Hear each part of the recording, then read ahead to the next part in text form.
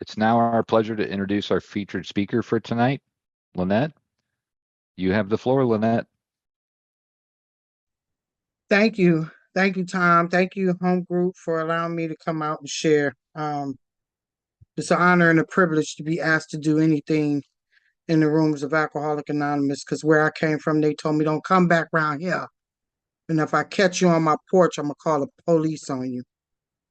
So I'm grateful when somebody asks me to do something in the rooms of Alcoholic Anonymous. My name is Lynette, and I'm a real alcoholic.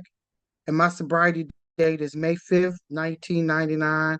And I haven't found it necessary from that day to this day to pick up any mind altering substances. That's nights, weekends, holidays, bar mitzvahs, ginger reveals. I do not drink and I'm not on weed maintenance. And I need to say that because it was a time I would come in here high and tell y'all I'm sober and I wasn't. I also got a sponsor. Her name is Erica. My sponsor has a working knowledge of the 12 steps. And my sponsor has a sponsor, and her name is Bonnie. And she has a working knowledge of the 12 steps.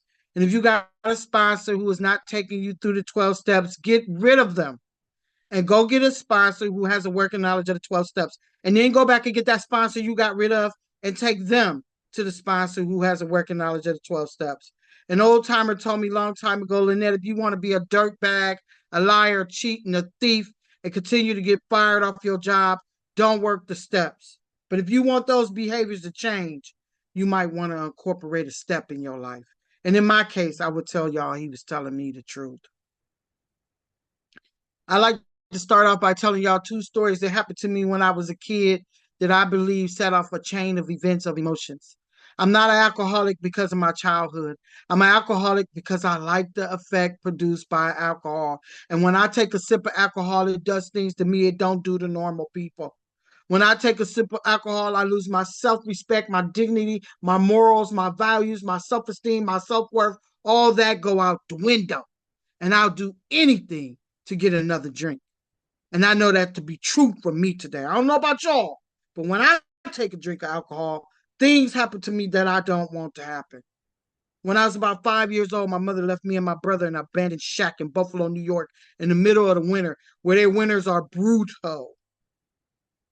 And my brother was going down to the store to steal bologna. He was trying to feed his 5-year-old little sister. And the guy at the store was wondering why this kid keep coming down here stealing food. So he called the police. And the police followed my brother back and they found this little girl on a mattress on the floor, covered in sheets, towels, blankets, curtains, clothes, everything this kid could find in that house. He had piled on top of his little sister, trying to keep her warm because it was so cold in that house. And the reason I tell the story like that is because they had it, that's how they had it written up in the paper. They called us miracle babies. They said we shouldn't have survived that being in that old house. We was in there for 3 nights and 4 days. And inside the paper, they had a lampshade, showed a picture of a lampshade on the floor. And inside the lampshade was dead rats. That's how cold it was in that house. Set off a chain of events of emotions in my life. I started feeling unwanted, unloved, and abandoned. I didn't know that it was abandonment until I got to the rooms of Alcoholics Anonymous, but I know what abandonment felt like because that's how I felt when my mother left us in that shack in the middle of winter in Buffalo, New York, with no gas and no lights. Second thing happened to me. Me and my cousin decided that we were gonna go bottle hustling, and my grandmother told us when we left the house, "Don't go in nobody's house." And I didn't like my grandmother. I thought she was mean. I remember people will tell you good stories about my grandmother, but I can't tell you good stories about her. You know, I wanted a grandmother who rocked in me in a rocking chair and who baked me cookies. That's not the grandmother I got. Anyway, me and my cousin set out to go bottle hustling. We got to this man's house. He had a room full of bottles. He told us if we come in this house and clean out that room, he'd give us these bottles. We went in that man's house. That man sent my cousin to the store and he raped me. I was 9 years old. When my cousin came back from the store, I told her, throw his stuff on the porch and run. And we started running. She kept saying, Natty, Natty, what's wrong? What's wrong? I told her, keep running. Don't stop running. We got halfway home and I told her what the man did to me, but I told her, don't tell grandma because my grandmother was mean. Anyway, we got home. Treva ran up the steps and she ran in the kitchen and she screamed to my grandmother, Grandma, Grandma, some man raped Natty.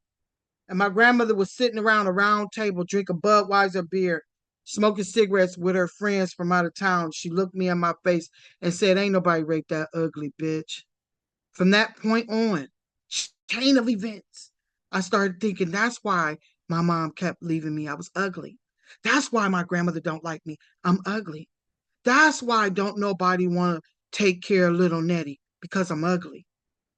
Anyway, as time went on, my auntie was standing in the living room and she was drinking something in her cup and she was crying and she was listening to a song by Rick James, Fire and Desire. And I ran up to I didn't know why she was crying then. I know today she was crying about a man, but I didn't know why she was crying then. I ran up to my auntie. I said, Auntie, can we have a sip of what's in your cup? And she handed me that cup. I took a big gulp. It burnt my tongue. It burnt going down my throat. But when it hit the bottom of my belly, I opened my eyes. My skin had lightened up. My hair grew long. My butt got big. And I could sing like Whitney Houston. And let's be clear, I cannot sing. But when I would put alcohol on my tongue, I thought I sounded like Whitney Houston. That same auntie that handed me that cup, she told me if a man don't beat you, he don't love you. I've been living by that theory all my life. I believe what my auntie said. If a man don't beat you, don't love you. I look for love in all the wrong places and all the wrong faces. They passed me through high school reading at a third grade level. They would consider me illiterate today. I could not read. Anyway, I met the second love of my life, and his name was James Black. He rode in on a pretty white horse, and he gave me a pair of champion tennis shoes for you youngins. Champion tennis shoes is like Nikes back in the day. I put them champion tennis shoes on, hopped on dude's horse, and he took me for a ride. He took me from Youngstown, Ohio, all the way down to Orange, Texas. At the end of that relationship, he was tying me to poles because he loved me so much, y'all. He didn't want no other man to get me while he was at work, you know. So I know today that was domestic violence, but back then you couldn't tell me that. I really thought he loved me. Anyway, one day he tied me to the pole. I didn't want to be tied to the pole. I started banging on the pole, screaming and hollering. Somebody heard me. They called the fire department. They kicked the door in and they got me off the pole. I called my mother. I said, if you don't get me a ticket home, he's going to kill me. She said, I ain't tell you to take your black A down there. You get up here the best way you know how. I did what my mother said. I got back to Ohio. I had a friend who was staying up in Akron. She said, come stay with her. Now, she knew the girl she graduated with. That's not the girl I am now. I got a terrifying alcohol habit, and I got to have a drink every day. And everywhere I went, I took me with me. I had these bag of clothes. I had a black and white TV, and you needed a butter knife to change the channel. It had a hanger on the back of it for good reception. And y'all would call these clothes that I had in the trash bags, but they was rags to me. And I was carrying that stuff around. And I said, as long as I got that black and white TV, I can't be alcoholic. Alcoholics don't have TVs. Alcoholics are people who stand on the corner drinking out a brown paper bag with a trench coat on, peeing on themselves, slobbering at the mouth. That's what I thought an alcoholic was. So I couldn't be an alcoholic. Anyway, I get to this girl's house. She got these four beautiful kids, this husband, and this little cute little dog. When I got done with them, the dog ran away. The kids were screaming in the kitchen today, Mommy, Mommy, she the devil, she the devil. Because everywhere I went, I took Lynette with me. And somebody told me to go up on Market Street. I was homeless. They said, go up on Market Street. There's a shelter up there. And I went up on Market Street. And when I got to the shelter, I could see this man outside. He's sleeping in a box with his dog on the church lawn. And I'm telling myself, if I get that bad, I'm already homeless, but if I get that bad, maybe I'll go get some help. Anyway, they trying to tell me to pray to this God. They want us to do this prayer before they give us a meal. I refused to pray. I slept outside. The next day, I decided maybe I should pray to this God they talking about. I went into the Haven, I prayed, and of course, everywhere I went, I took me with me. And I had a terrifying alcohol habit. When I would take a sip of alcohol, things that would happen to me didn't happen to normal people. When I would get my check, I would go down to the liquor store to cash my check. I get a fifth of 151, 3 lighters, and 2 packs of Newport 100s. I did that every single pay. and I would end up in somebody's basement, broke, busted, and disgusted. And in my fine-tuned mind, tell me, go stand on the corner and sell fruit cocktail. And I'm not talking about the stuff in the can. I did that every single time I took a sip of alcohol. That's where it would take me, to the corner, selling fruit cocktail. Anyway, they threatening to put me out to Haven Arrest. And the ladies, they filled out some paperwork and they got me a place to stay. And I got this guy that I'm dating. He's a preacher of a church. I'm actually dating a preacher of the church. And me and the preacher then robbed the church for $3,000. I was never gonna tell y'all that. I was gonna take that to my grave. Because I didn't want y'all to know how dirtbag I am. That's who I am. When I take a drink of alcohol, I turn into a dirtbag. You can't trust me. I'll come in your house and steal your stuff. I'll come in your house and find your wallet, and then I'll help you look for it. I know some of y'all probably saying, why is she hollering? What's wrong with her? I'm hollering because I'm excited about my recovery. And if you ain't excited about yours, I'm going to pray for you.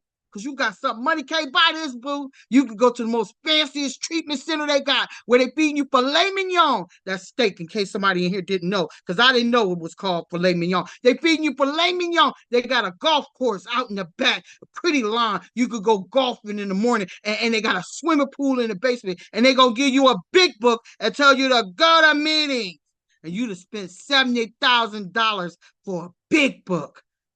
Go to meetings. Anyway, I get this, somebody fill out this paperwork. I get this apartment, and me and the preacher is hemmed up in the apartment, and we've been in there for 3 days, and we'd have robbed the church for $3,000. And I'm looking at him, and dude saying to me, God got a plan for your life. Now, I don't know if he said that. That's what I heard.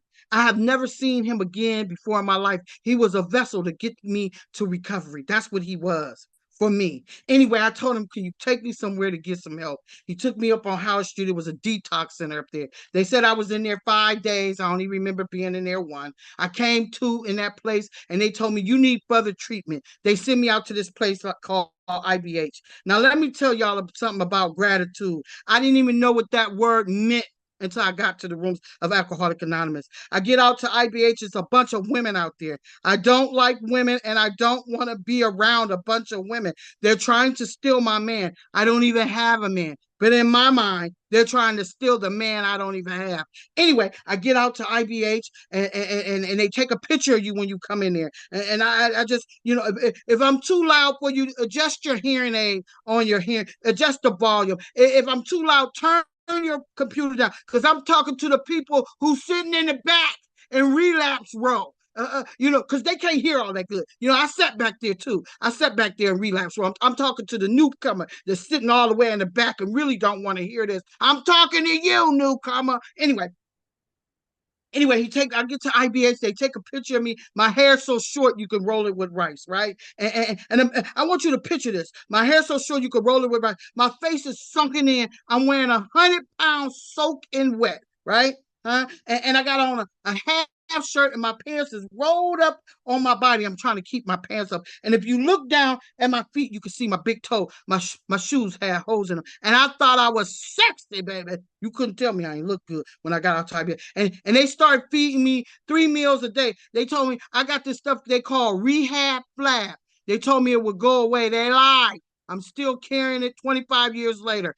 And I'm starting to, I got 39 days of sobriety, and I'm starting to sponsor all the girls out at IBH. I can tell them what their problem is. I can tell them what they need to do to get some help, but I can't figure out what's wrong with Lynette. See, I can't tell y'all what's my problem. I think my problem is alcohol. Alcohol is not my problem. I think my problem is them side dishes. Those side dishes are not my problem. Those things were my solution. I needed a new solution, because that solution, my disease got so big it wasn't working no more. So I'm sponsoring all the girls out there. I decide they need to stay out there. I'm going home. I left IBH at 39 days of sobriety. I'm at home, and I'm mad at IBH because they prejudiced. They ain't got no fried chicken and no greens out there, and they know that's what black folks eat. I left there because them folks out there is prejudiced. See how the disease, how sick the mind can be? How the disease will tell you something that is not even true. It's not even about you. Anyway, I get home and I don't got no greens and no fried chicken. And I'm going down to the grocery store stealing food. Because I'm not going to come in here and tell y'all that I need some food. So now I'm going down to the grocery store stealing food and I'm coming to meetings. And when I get to a meeting, I heard a lady say, sit up front. She said, don't get out of your seat. Nobody wants to see you in your short skirt, Lynette. So don't get out of your seat. And if you will get your coffee, and if you and if you need, you go to the bathroom before the meeting start, but don't you get out of that seat. I sat up front like they told me. They said we want you so close to the speaker that when the speaker talk, we want they spit to fly on you because you a sick puppy. And so they would pick me up for meetings and they would sit me up front. And I heard a lady behind the podium say, "If you don't have a higher power, you can borrow mine." See, I'm so glad I didn't hear the word God when I got here. I heard higher power because I didn't believe in God. My daddy told me God was white. White people don't like black people, and we don't pray to that God in this house. So I didn't pray to that God y'all was talking about. Anyway, she said, if you don't have a higher power, you can borrow mine. I went home with her higher power. I said, her higher power, send me a man. Her higher power was taking too long. So I went down to the Salvation Army and got me a man. But dude wouldn't stay sober. I tried to beat him sober. Police came, he went to jail. You know, I was remember my auntie told me if a man don't beat you, he don't love it. And I wanted to beat some of them too because I want to show them how much I love them too. Anyway, I went back to that meeting the next night and I went back home and I started praying. If there be a higher power, send me a man with a car and a job. And her higher power was taking too long. I went back down to the Salvation Army. I got me a man out of there, y'all. He had a car and a job, but dude wouldn't stay sober. And I tried to beat him sober. Police came, he went to jail. You know, this is the story of my life because I've been doing this story over and over and over in the rooms of Alcoholic Anonymous. I heard them say, may you find him now. I thought they was talking about a man in a meeting. I was running around the meetings trying to find a man to get these steps. I found me a man. We worked some steps, but they wasn't the 12 steps of Alcoholic Anonymous. And I started thinking maybe I should get my own higher power. Okay, if there's a higher power, please send me somebody to love. And my girlfriend went to the penitentiary and I got her 4 kids, a 2-year-old, 2 5-year-olds, and a 7-year-old. And those kids taught me what I had been looking for all my life. It was unconditional love. They loved me when I couldn't love myself. They would sing songs to me. We having pancakes. We having pancakes. And they thought I was the greatest mommy Lynette in the world. Do you have anything constructive, coherent, or my grandmother didn't believe me when that man raped me. She never took me to the doctors. When they finally took me to the doctors, they said she'll never be able to have kids. They don't know who did this to this baby, but she's never going to be able to have kids. Anyway, my girlfriend got out of the penitentiary and she came and got her kids. And I was walking around the rooms with a hole in my heart. I didn't know what to fill it with, y'all. I was just going to meetings because they told me to go to meetings. Anyway, I went in a meeting and I decided that day that, I was going to go back down to the Salvation Army and get me another man out of there. And this time I married him.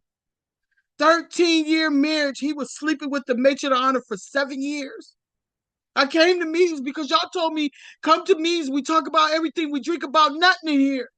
They told me to come to meetings when you hurt and come to meetings when you sad. Come to meetings when you happy. Come to meetings when things are going good. Come to meetings when things are going bad. I came to a meeting. I told y'all my best friend is sleeping with my husband. Y'all told me that's okay, Lynette. You better not drink. I said, wait a minute. When he walked off the porch with my best friend, the sheriff department walked up on the porch. They said, my house is in foreclosure. I'm about to be homeless. They said, that's okay. We don't care. You better not drink. I said, hold on. When he walked off the porch, he took his check with him. They getting ready to repo my car. They said, we don't care. We'll pick you up for meetings, Lynette. You better not drink. I said, wait a minute. My lights are turned off. How am I supposed to be able to take care of myself with no lights? They said, we don't care. We'll bring you some candles. You better not drink. See, I know today when anything is going going on in your life, drinking ain't gonna make it better. I know today that if anything is going on in your life, you ain't the only one. You're not unique. Somebody been through it, and if you ain't been through it, get ready to go through it, because everybody in here, there's gonna be an acid test that's gonna come, and you neither gonna go or you gonna stay, one or the other. And see, today I know that drinking is not gonna solve my problem. So I stayed in the rooms of Alcoholic Anonymous. This is the only place that I could come to that y'all understand what I'm talking about. Y'all love me unconditionally, even when I couldn't love myself. And remember, my grandmother wouldn't take me to the doctor. That doctor said I ain't gonna never be able to have kids. Somebody dropped their baby off. She was 3 months old. Her name is Kamani. She 5 years old today. I'm still raising that baby. You can have anything in this program you want. You just got to stay in your seat. My mom got real sick, y'all. She got dementia. And I used to hate my mom. I used to think she was the worst mother in the world. But y'all told me, Lynette, you got to love your mom. You got to forgive her. You got to let go of your past with your mom. And my mom got sick, and I went and got her and moved her in my house with me. And guess what, y'all? I'm taking care of my mom. AA gave me a new mom. That's not the woman I grew up with. That's a different woman upstairs. But guess what? She's my mom, and I love her today. And I'm taking care of her, even on the days that she don't even know who I am. She don't know who I am. She got dementia, but she still loves me, and I still love her, even when she don't know who I am. This program is amazing. This program is spiritual in its nature. And when they say, man, you find him out, you better find out who him is. And they're not talking about no man in the meeting, ladies. And men, they're not talking about no woman in the meeting. You better find out who him is. And you better latch on, because your sponsor can't keep you sober. That support group you hang with, your homies, your heroes, they can't keep you sober. You better find a connect to it, because that's the only thing gonna keep you sober. I've been through everything you could think of going through in this program, and because I had a God of my understanding, I didn't pick up one day at a time. I'm truly grateful for my seat. Get a home group, man, and show up for your home group. It's important for newcomers to get a home group. Somebody got to hold you accountable. Somebody got to look in your eyes and tell you having a bad day. What's going on? Let's go in the corner and talk. If you don't have a home group, nobody will know that. And I hear people telling newcomers, meeting makers make it. That's a lie. Meeting makers make it to meetings. But if you want to stay in that seat you sitting in, you better get a higher power. Yeah, and we don't care what you call your higher power. That ain't nobody's business. You better get a big book. You better get a sponsor who got a working knowledge of the 12 steps. You better get a notebook, a highlighter, and a pen, and get ready to swallow some big chunks of truth about yourself, because you're getting ready to meet a stranger. It's important to have a home group. I went to a lady named Susie. I went to her home group. I said, Susie, how you get the lights turned on? She said, bring your light bill to my home group, and I'll take you downtown, and we'll get the lights turned on. I went to her home group that following Tuesday. She took me downtown, and she showed me how to write a check, sign the check, date the check, put the amount on the light bill on the check, put the check and the light bill in an envelope, seal it, put a stamp on it, and mail it. Isn't that how AA work? One step at a time. Susie was brilliant, and I believe God sent her to me. She was here for me. Anyway, I said, Susie, where you get the checks at? She said, come to my home group next Tuesday, baby. And I'll take you downtown, and we'll open you up a checking account. And next Tuesday, I went to her home group. We went downtown, and she opened me up a checking account. She taught me how to write checks. And she said, you could buy anything with these checks you want. I looked at her. I said, anything? She said, anything. Yeah, Trina, you see where this is going. So a week later, a box of checks, this thick, came in the mailbox, right? I started writing checks, y'all. I went and got me a colored TV with the remote. And I went and got me some pork chops. And I went to the butcher. I said, I want the best cut of steak he got. He gave me filet mignon. I took it home. I burnt it. It tastes like hockey pops. It was horrible. I ain't had filet mignon. Oh, I got to take that back. I have had filet mignon. with just a month ago, and it was really, really good. So filet mignon does taste good when you cook it right. Anyway, I bought me some filet mignon. I got me some pork chops and some potatoes. And people always say, Lynette, why are you always talking about food in a meeting? Because when I was on the streets, I was eating 1 bag of noodles a night. I went to bed hungry a many a days because all my money went to the liquor store. Anyway, I started getting these letters in the mail, and I didn't know what they said. So I gathered all my letters up and I took them down to Susie's home group. Why? Because Susie was always at her home group. I went down there. I said, Susie, I got these letters in the mail and I don't know what they say. She said, that's okay, baby. We'll read them after the meeting. After the meeting, Susie opened the letter. She said, ooh, insufficient funds.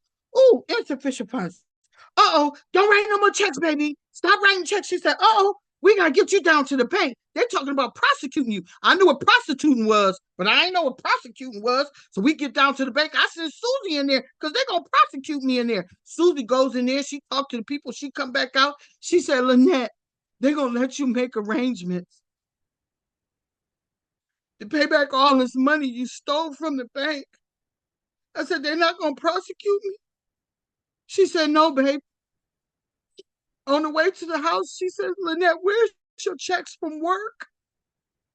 I said, they at home on the table because y'all told me don't cash them at the liquor store. I didn't know where to cash them at. Susie never made me feel stupid. She never looked down on me.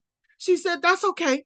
We'll get your checks and we'll go deposit them in your account. We could clear up some of this wreckage. And then we'll teach you how to balance your checkbook. Isn't that how AA works? We balance our lives around AA.